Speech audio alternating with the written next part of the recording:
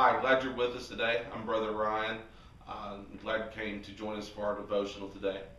A couple of years ago, I was walking the hallways of my son's school, and they were having a class election. And so the different kids, had put together different campaign slogans and made posters and that type of thing. And one of the posters that I thought was really, really clever had the child's name that was running for the office, and it said, "So and so, Rethink Possible."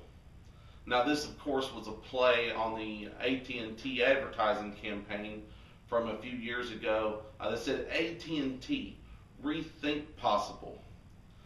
This kind of suggested that we as consumers were to reconsider our preconceived boundaries and understanding of the possibilities that were to be offered to us by our technological gadgets, and that AT&T would be able to provide us with the cutting edge of these technological possibilities. The scripture has a little bit to say about possibility and impossibility. In Mark chapter 9, verses 14 through 29, we see an interesting story involving Jesus. It says, "When they came to the other disciples, they saw a large crowd around them, and the teachers of the law arguing with them.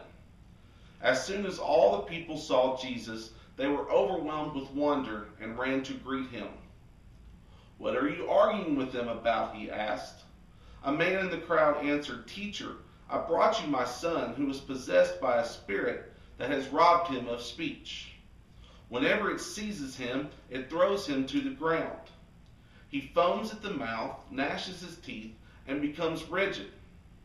I asked your disciples to drive out the spirit, but they could not.' 'You unbelieving generation,' Jesus replied, 'how long shall I stay with you?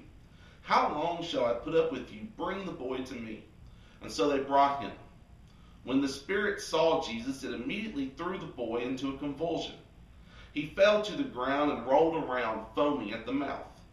Jesus asked the boy's father, 'How long has he been like this?'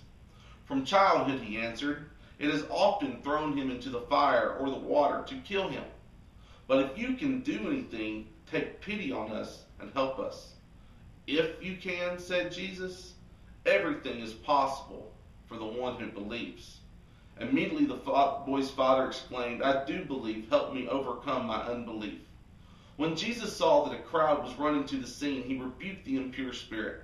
'You deaf and mute spirit,' he said, 'I command you come out of him and never enter him again.' The spirit shrieked, convulsed him violently, and came out. The boy looked so much like a corpse that many said, 'He's dead.' But Jesus took him by the hand and lifted him to his feet, and he stood up. After Jesus had gone indoors, his disciples asked him privately, 'Why couldn't we drive it out?' He replied, 'This kind can come out only by prayer.'" Now in our text today, which I know was quite long, but it was necessary in order to get the entire breadth of the story, Jesus performs what seemed to be impossible in a situation that even for the disciples seemed to be too much, and that for surely the boy's father seemed to be incurable.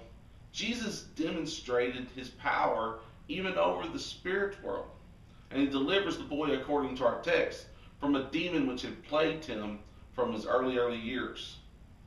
Now, many contemporary scholars suggest that perhaps our text is a first century interpretation of maybe a more common physical illness, maybe such as epilepsy or something along that nature.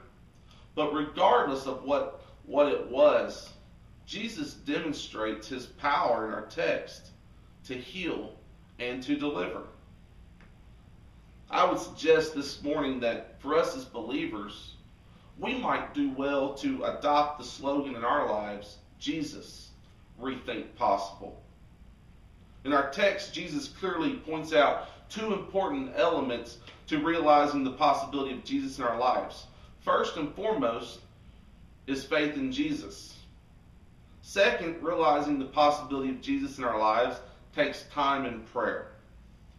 Is it any wonder this morning that the decline of the mainstream church and the decline of the demonstrated power of Jesus Christ in our church has corresponded with an overall decline in fervent prayer, both in our services and in our individual prayer lives.